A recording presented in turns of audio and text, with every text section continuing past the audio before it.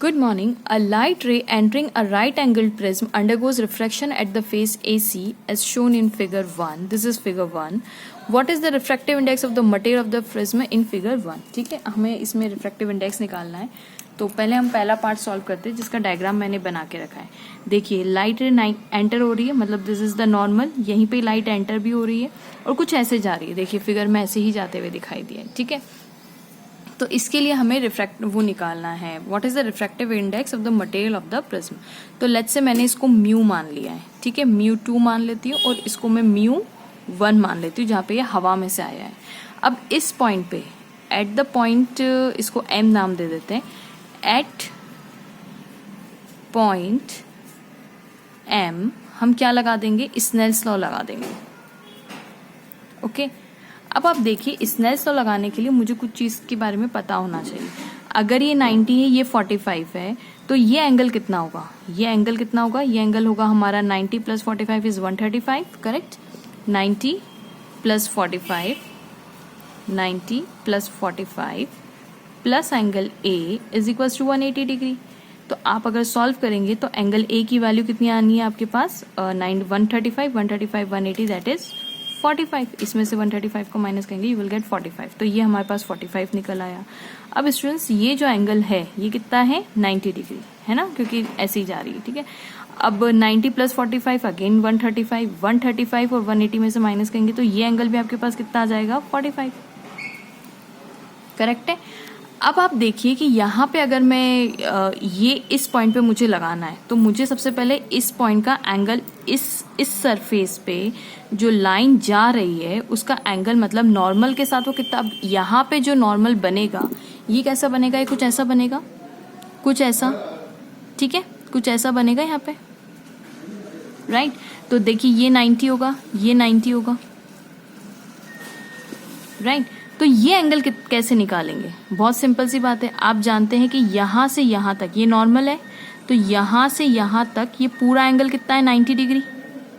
Okay, अब 90 में से 45 माइनस कर देंगे तो आपका ये एंगल भी कितना आ जाएगा, ये भी 45 आ जाएगा. Then this is my angle, इसको मैं नाम दे देती हूँ, this is my angle I नाम दे देती हूँ, है ना. For this surface this will be angle of incidence नाम दे देती हूँ, एंगल आई नाम दे देती हूँ. ठीक है, तो एंगल आई मेरा निकल गया 45.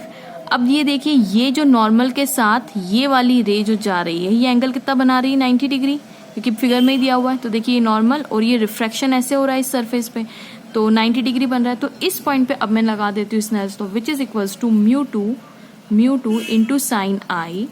Okay, which is that is equal to, और ये बाहर हवा में जा रही है तो हवा का एंगल कितना है, हवा का refractive index mu 1 which is equals to 1 है ना, इंटू साइन आर.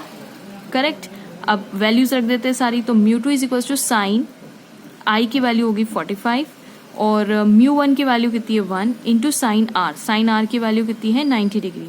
तो साइन म्यू 2 की वैल्यू कितनी हो जाएगी, ये 1 हो जाएगा पूरा, और ये साइन 45, और आप जानते हैं साइन 45 की वैल्यू कितनी होती है 1/√2 which is equals to √2. Hence mu 2 की वैल्यू आपके पास आ गई. मतलब इस जो ट्रायंगुलर प्रिज्म दिया है इसका रिफ्रैक्टिव इंडेक्स कितना है, √2 है. ठीक है, इसका हमारे पास आंसर आ गया, that is mu 2 is equals to हमारे पास कितना है, √2. अब सेकंड पार्ट की तरफ चलते. If the side of AC of the above prism is now surrounded by a liquid of refractive index this, determine the light ray continues to graze along the interface. मतलब ये light जो अभी यहाँ पे ऐसे ग्रेजिंग एंगल, मतलब ऐसे करते करते उस सरफेस पे गई थी, तो पूछे क्या ग्रेस करते हुए अभी भी जाएगी या फिर undergo total internal reflection यहाँ पे होगा, मतलब लाइट वापस ऐसे come back to the same surface, मतलब वही मीडियम में वापस आ जाएगी, या फिर undergoes refraction into the liquid, या फिर रिफ्रैक्शन होगा, मतलब इस जब डुबोया है तो लाइट बाहर जाएगी अंदर जाएगी, यानी टोटल इंटरनल रिफ्लेक्शन होगी, या फिर इधर जाएगी. ये क्वेश्चन उन्होंने हमसे पूछा है सेकंड पार्ट का. तो सेकंड पार्ट का भी मैंने फिगर बना के रखा हुआ है. Okay, so this is our figure. आप देखिए यहाँ पे मैंने ये प्रिज्म बना के रखा है, ये देखिए सेकंड पार्ट, और इसका ये लिक्विड में डुबो दिया है मैंने इसको, इस साइड मैंने लिक्विड डाल दिया है. अब अगर लाइट ऐसे आ ही रही है and this is the normal of the surface, तो हम पहले ये पता करें कि इसके लिए अगर इसको टोटल इंटरनल रिफ्लेक्शन करना है तो एंगल ऑफ इंसिडेंस की वैल्यू क्रिटिकल एंगल से ज्यादा होनी चाहिए, करेक्ट है, तभी टोटल इंटरनल रिफ्लेक्शन होगा। तो पहले मैं इस पॉइंट M के लिए मैं पहले क्रिटिकल एंगल निकाल लेती हूँ कि होगा कितना, मतलब एंगल ऑफ इंसिडेंस होगा कितना, दैट एंगल ऑफ इंसिडेंस को हम क्रिटिकल एंगल बोलते हैं। स्टूडेंट्स आप मेरी प्लेलिस्ट में जाएंगे ना, मैंने टोटल इंटरनल रिफ्लेक्शन पे बहुत सारे क्वेश्चंस अपलोड करके रखे हुए हैं, ठीक है, तो आपको उससे हेल्प मिल जाएगी। मैंने इसका भी कंसेप्ट समझाया हुआ है, तो मैं लिंक में डिस्क्रिप्शन बॉक्स में मैं उसकी लिंक डाल दूंगी, ओके, आप जरूर चेकआउट कीजिएगा, मैंने पूरा टोटल इंटरनल रिफ्लेक्शन समझाया हुआ है। तो अब मुझे बताइए, मुझे इस पॉइंट का पता करना है, यानी जब ये लिक्विड में डुबो दिया गया तो अब इसका एंगल ऑफ इंसिडेंस ऐसा कितना होना चाहिए कि लाइट क्या हो, टोटल इंटरनल रिफ्लेक्शन सफर करे, ओके। तो पहले हम एंगल ऑफ इंसिडेंस निकाल लेते हैं। तो इस पॉइंट को लेट्स सपोज थोड़ी देर के लिए मैं मान लेती हूँ ये वाला, ओके, ये वाला एंगल ऑफ इंसिडेंस मान लेती हूँ I, ओके, मेरी ओके फाइन, इसी से कर देते हैं। Let's say this is my angle I, correct है। और अब अगर ये एंगल I है तो हम क्या फाइंड आउट करना चाहते हैं, क्रिटिकल एंगल फाइंड आउट करना चाहते हैं। और इसका रिफ्रैक्टिव इंडेक्स कितना है, इस सरफेस का कितना है, μ2 है, करेक्ट, दिस इज μ2। और बाकी हम सारे एंगल्स निकाल चुके थे इससे पहले। अब मुझे बताइए इस पॉइंट पे अगर मैं स्नेल्स लॉ लगाऊं तो मेरे पास क्या आंसर आएगा, μ2 into sine of I, sine I, क्योंकि मुझे I निकालना है, ओके, ये I डैश नाम दे देती हूँ अगर आप कंफ्यूज हो रहे हैं तो। लेट्स से ये I डैश है, ठीक है, अब मुझे I डैश पता करना है, तो mu dash is equals to I2 which is equals to, ये वाला अब लिक्विड है तो लिक्विड का रिफ्रैक्टिव इंडेक्स हमें ईटा दिया हुआ है, इनटू साइन 90, ठीक है। क्रिटिकल एंगल अगर निकालना है आपको, वो एंगल ऑफ इंसिडेंस याद रखिएगा, आपको वो एंगल ऑफ इंसिडेंस निकालना है जिस पर रिफ्रैक्टिव एंगल, जो रिफ्रैक्शन एंगल ऑफ रिफ्रैक्शन, वो कितने के बराबर हो जाए, 90 डिग्री के बराबर हो जाए, तभी उस एंगल को हम क्या बोलते हैं, क्रिटिकल एंगल, वही एंगल क्रिटिकल एंगल होता है। और टोटल इंटरनल रिफ्लेक्शन के लिए क्रिटिकल एंगल से ज्यादा होना चाहिए, ठीक है। तो ये हम I डैश क्या निकाल रहे हैं, I डैश क्या निकाल रहे हैं, हम क्रिटिकल एंगल निकाल रहे हैं कि क्रिटिकल एंगल कितना होगा जिसपे लाइट, जिसपे एंगल ऑफ रिफ्रैक्शन कितना हो जाए, 90 डिग्री हो जाए, ओके। अब इसकी वैल्यू तो हमें देके रखी है 2/√3 और ये साइन 91 हो गया। μ2 की वैल्यू हमने प्रीवियस क्वेश्चन से निकाली थी, that is sine I dash. अब मैं यहाँ से साइन I डैश की वैल्यू निकाल लेती हूँ। अच्छा, ये 2 मतलब अगर मैं डिवाइड करूँ तो इसको √2 इंटू √2 लिख दूँ, इस वाले को डिवाइडेड बाई √2, ये यहाँ पे आएगा इंटू √3, करेक्ट।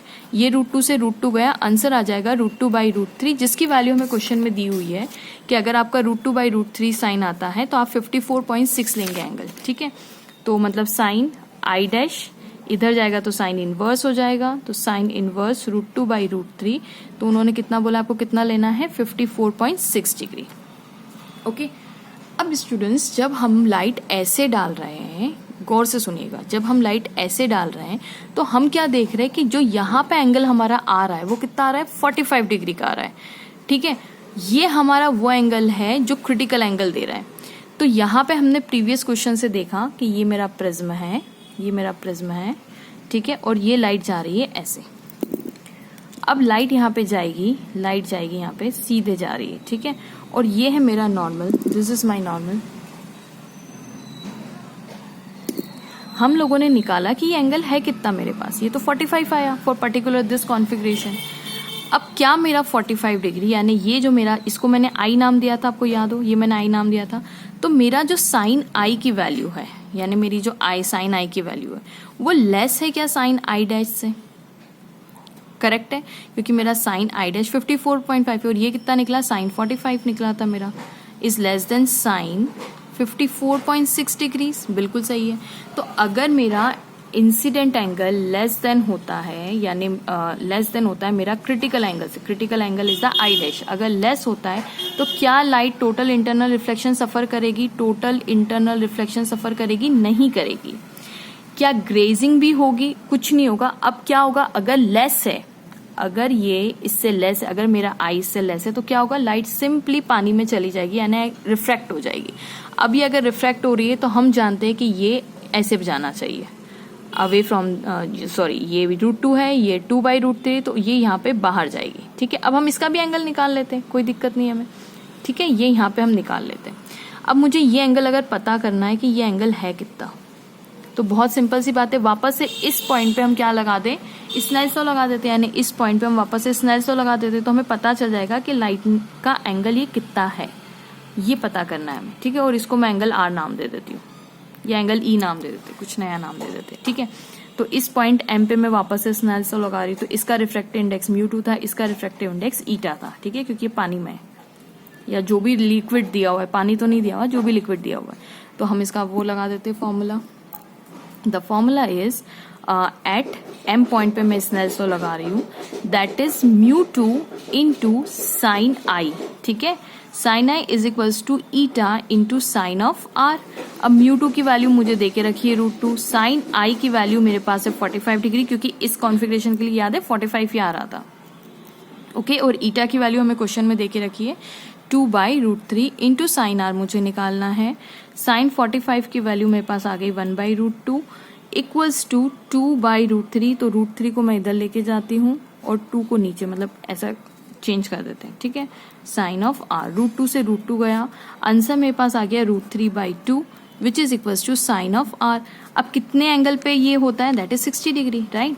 तो आंसर कितना आ गया, sine 60 is equals to sine of r, यानी आर की वैल्यू कितनी आ गई मेरे पास 60 डिग्री। तो हैंस ये एंगल कितना सफर करेगा, यहाँ पे कितना बनेगा 60 डिग्री बन जाएगा। 60, अच्छा मैंने इसको ई नाम दिया था यहाँ पे, कोई बात नहीं, मैं इसको आर कर देती हूँ, ठीक है। Thanks for watching.